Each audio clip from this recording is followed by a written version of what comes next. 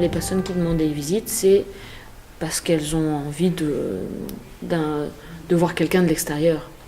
Parce que rien que ça change d'un quotidien qui tourne en rond et où chaque jour se répète dans une angoisse terrible. La visite peut apporter quand même quelque chose qui pourrait au moins leur redonner confiance au monde extérieur. On est dans un rapport humain et on peut réagir dans le présent et dans l'urgence, quoi. Plus il y aura de personnes qui s'impliquent dans ces questions-là, plus nombreuses seront les actions et plus d'impact elles auront aussi, car les manifestations de masse ont un impact important.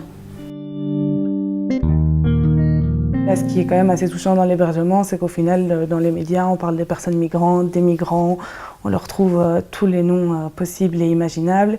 Et d'avoir ces gens à la maison, c'est aussi de discuter avec eux, de se rendre compte que chacun a son histoire, son parcours, son passé. Puis au final, là, ce qui me touche, c'est que ce soit vraiment...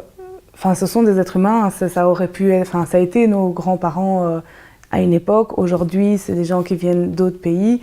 Mais si nous, on ne prend pas des décisions comme ça, on ne s'engage pas comme ça, on laisse faire des politiques en Belgique ou dans d'autres pays qui criminalisent super fort ce genre de personnes et qui les mettent dans des situations précaires et au final dangereuses pour elles, quoi. Le nombre de personnes qu'on a retrouvées en centre fermé ou même accusées à tort en prison. Je pense que héberger et participer à l'hébergement, donc d'une manière ou d'une autre, c'est aussi empêcher toutes ces mauvaises choses d'arriver à des personnes migrantes qui sont déjà sur la route et qui ont déjà dû passer à travers pas mal d'épreuves sur leur parcours migratoire, quoi.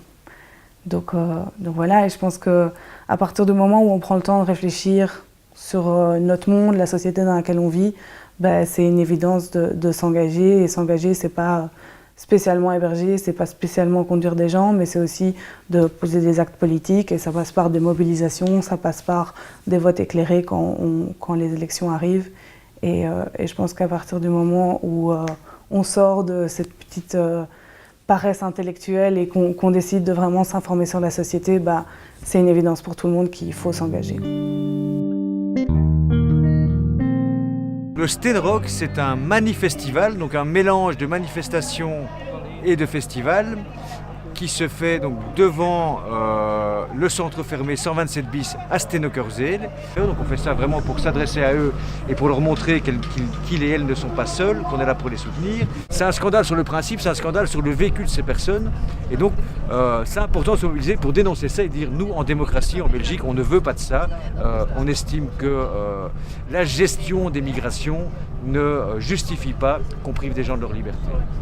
Je pense qu'il faudrait bien fermer les centres fermés pour comme ça les gens qui sont à l'intérieur pour l'instant sans raison pourraient reprendre leur vie normale et puis repartir sur de nouvelles bases s'il y en avait qui n'ont plus de vie comme ils avaient avant, puis encore améliorer leur vie et tout ça, et puis avoir des papiers, ce serait mieux, mais voilà.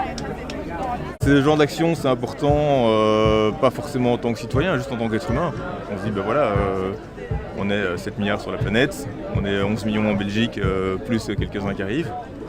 C'est une goutte d'eau, franchement, c'est quelques-uns qui arrivent, il n'y a aucune raison de leur mener une vie impossible comme on le fait. Et on a tout à fait les capacités dans notre pays de les soutenir et si pas de les aider dans leurs projets, au moins de leur foutre la paix, quoi.